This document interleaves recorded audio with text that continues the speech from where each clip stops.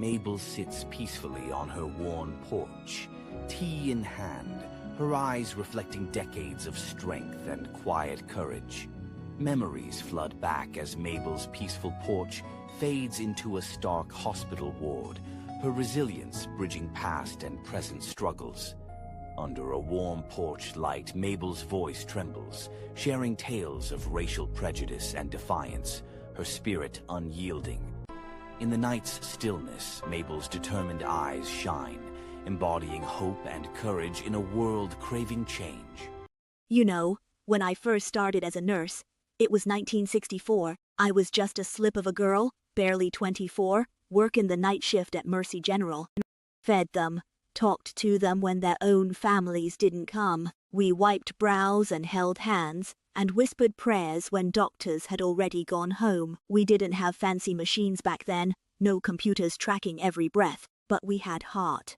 Lord, did we have heart. We were the ones who bathed the patients.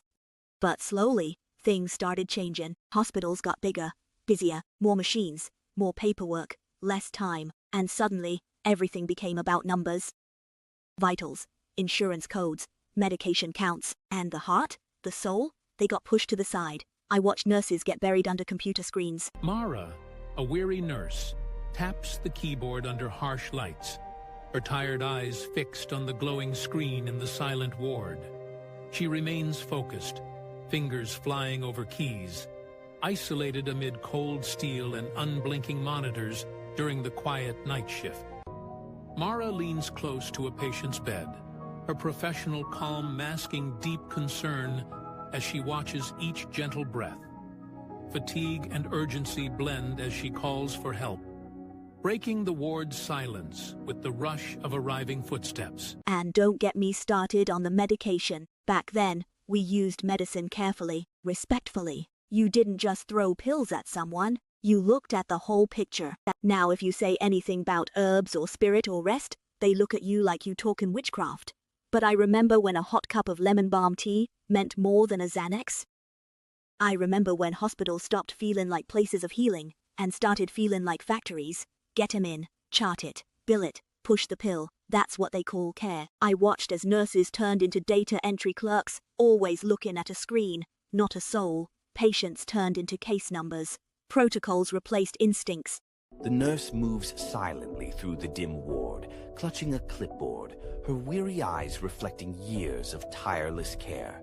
She gently adjusts the IV, sharing a silent moment of hope and despair with patient W64829's feeble hand.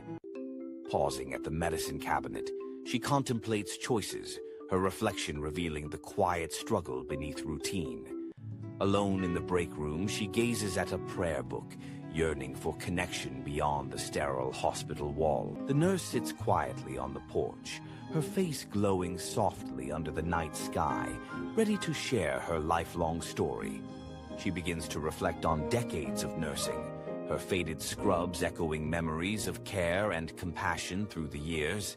He recalls the shift from tender, personal nursing to cold, machine-driven healthcare, the past blending with present shadows. With warmth, she shares stories of healing through love as the porch transforms into a canvas of human connection. Her cherished memories swirl around her, filled with nurturing moments like homemade broths and soothing peppermint massages. Recalling her mother's teachings, he smiles gently, surrounded by vibrant symbols of wisdom and cautious hope for the future. She speaks of healing beyond hospitals, the night alive with colorful patterns weaving past bonds into the present moment. Reflecting on her journey from vibrant youth to seasoned elder, memories and wisdom merge beneath the soft porch light. The porch fades into the hospital halls, where he recalls heartfelt care, slowly replaced by mechanized routines and distance. Patient stories come alive as her rocking chair creaks, shadows swirling with the deep connections she forged through care. Her voice softens, recalling profound moments with patients, the porch shadows embracing her in a warm, compassionate glow. She pauses, contemplating medicine's evolution, rocking gently as memories shimmer between the past and present night air. Under starry skies, she offers final words, her rocking chair's rhythm symbolizing life, healing, and enduring wisdom beyond. Let me tell you, we used to treat the whole person, what they ate, how they slept, whether they felt seen, heard, loved. You think high blood pressure's just salt? Nah, baby, it's stress, it's grief, it's generations of carrying weight we never got to put down. We used to bring broth from home, make tea with our own hands, rub feet with peppermint oil when the hospital lights never went off. That was medicine. You heal a soul by being there. Remembering that healing don't just happen in hospitals, it happens here, on front porches, in hugs, in food, in stories.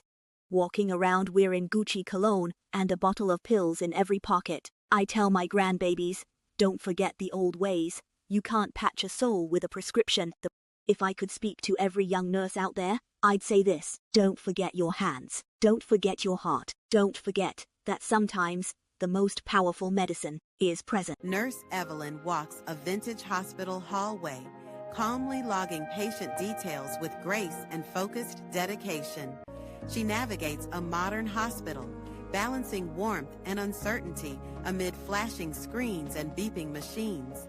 Despite fatigue, she moves determinedly through a busy floor, caught between fast pace and personal care. Surrounded by sleek technology, she faces the emotional challenge of caring through digital screens alone.